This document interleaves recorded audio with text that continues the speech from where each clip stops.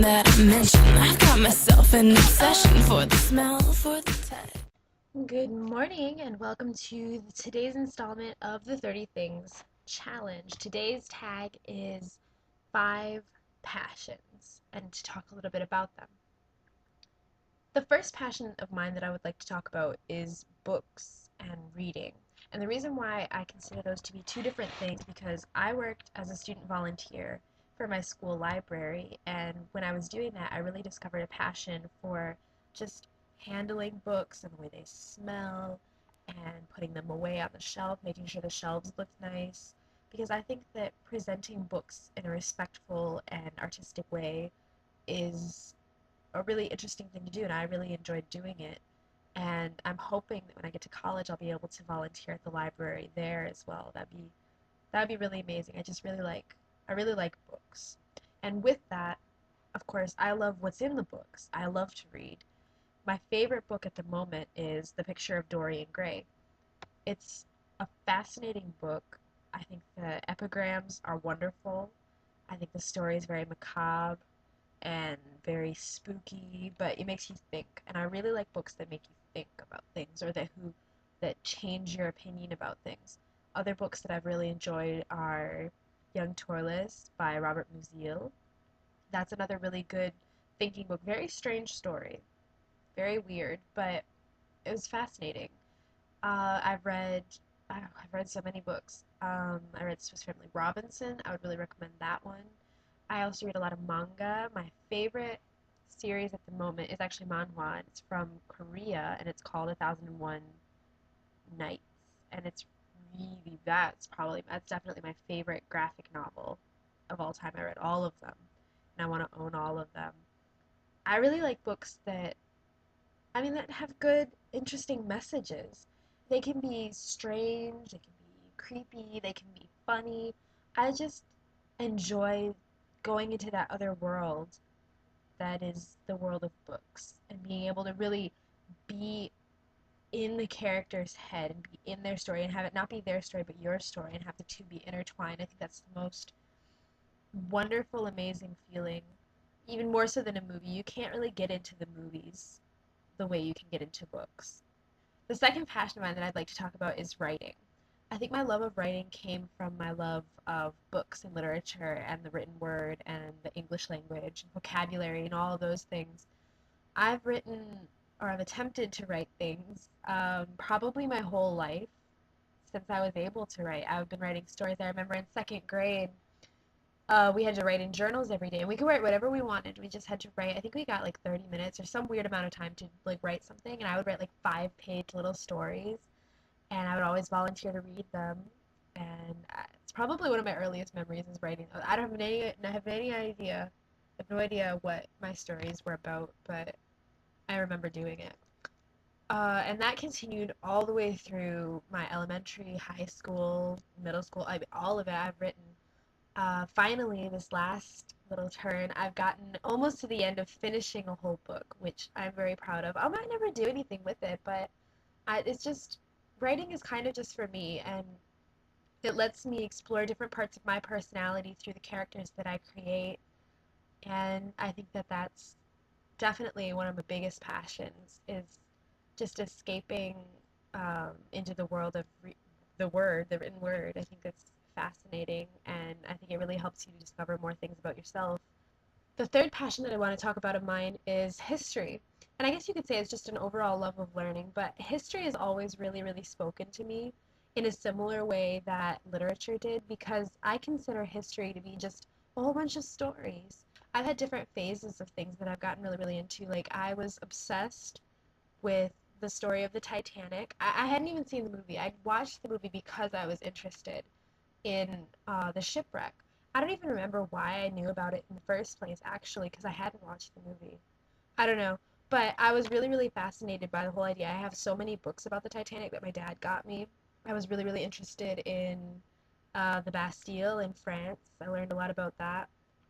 Um, I was really interested in Alcibiades and his relationship to Socrates. I thought that was really interesting, so I read a lot of the Symposium because of that. Let's see, what else was I really interested in? Louis the 14th was really interesting to me. And oh, World War II was another big one for me as well. World War One and World War II were big for me.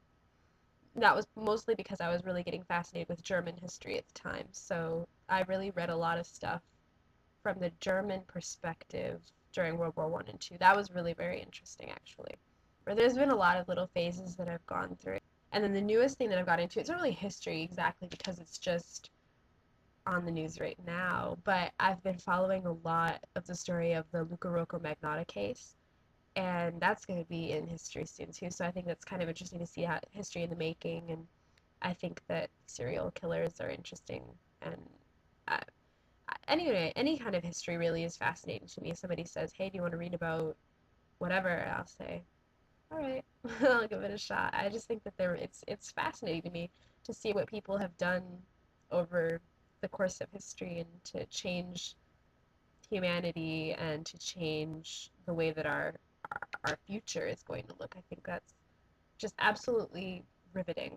The fourth thing that I want to talk about is pop culture. Now, I say pop culture very, very loosely because I'm not really one of those people who follow up on a lot of celebrities. I don't really have, I mean, the only celebrity that I could tell you any kind of obsessive amount about would be Bill Kaulitz from Tokyo Hotel.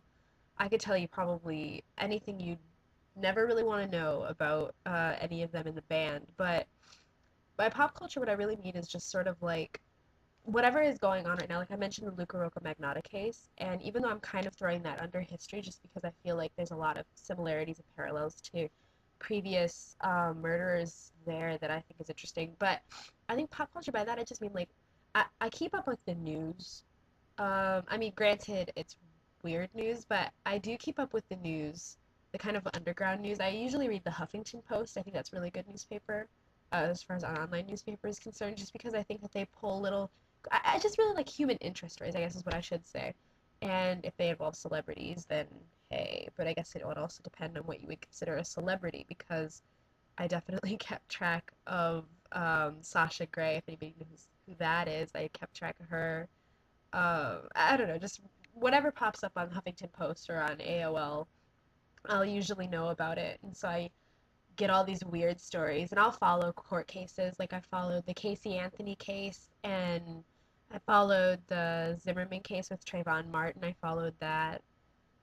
And yeah, so I mean, I guess by pop culture, I just sort of mean more like the underground weird stuff that people are doing nowadays and like the high profile stuff that's going on as well. And I'm not completely unaware of what major celebrities are doing either. So that's kind of just all interesting to me. The fifth thing that I want to talk about is gay rights. But gay rights has been a passion of mine since probably it started being a big issue on the news. Because before that, I had never really thought too terribly much one way or the other about it. But then when I started hearing all these stories about the inequalities that were being foisted on gays, just it made me so mad because we as a country are so big on equality and on freedom of expression and on all of these things that make it seem like this would be no big deal to us, but we are so hypocritical when it comes to gay rights. It's unbelievable to me. Absolutely unbelievable. And then to dare to say that we have separation of church and state when clearly we don't. Because if we did, this wouldn't even be an issue because it's stemming from a very religious place. Because if you ask anybody who is against gay marriage and tell them to look really, really deep down, it's coming from religion. And religion has, according to our Constitution, no place in our government. That's why our country was founded. I think that's absolutely disgusting. And I think it's awful the way the gay people get treated in our country, not only legally, but in our school systems, in the workforce. It's just absolutely ridiculous. And I've followed pretty much all of the major stuff that's happened since probably since I was in the eighth grade. And I'm really glad that we're making a lot of headway as far as that issue is concerned. And I try to do my part. I mean, I obviously am 17 years old and I'm in high school, or I was until 2 days ago when I graduated. But I since I've been in high school, I've been making sure we do Day of Silence. And for a couple of years, it wasn't really that big of a deal and it didn't really make that much of a difference. Granted, our school has a really gay friendly climate, but I still thought that it was a little bit sad that nobody really cared because I think that it's a very simple thing. It's a liberating feeling to do Day of Silence and it's for a good cause. So then this year in the 12th grade, it was a really big deal. We finally got it to be sort of more high profile. And even though our principal wouldn't let us put it in the yearbook, it was a huge success. We got so many great pictures, so many people did it. Everybody was walking around with duct tape over their mouths and no hate written on their cheek. It was really beautiful. And I'm hoping that when I get to college and I get involved with the GSA there, we'll be able to do even more impactful things or at least create a sort of a safe environment for the people that we have there so that it's a great community for everybody. And that's really what it's all about, isn't it? Is making sure that everybody is comfortable and happy and has the environment that they need to be successful. And that's what I'm hoping for our country as well. So, yes, gay rights is definitely a big, big passion of mine. Well, those were my 5 passions that I had to talk about today, and I'm interested to hear what you have for your 5. And until I see you, I love you, and bye bye.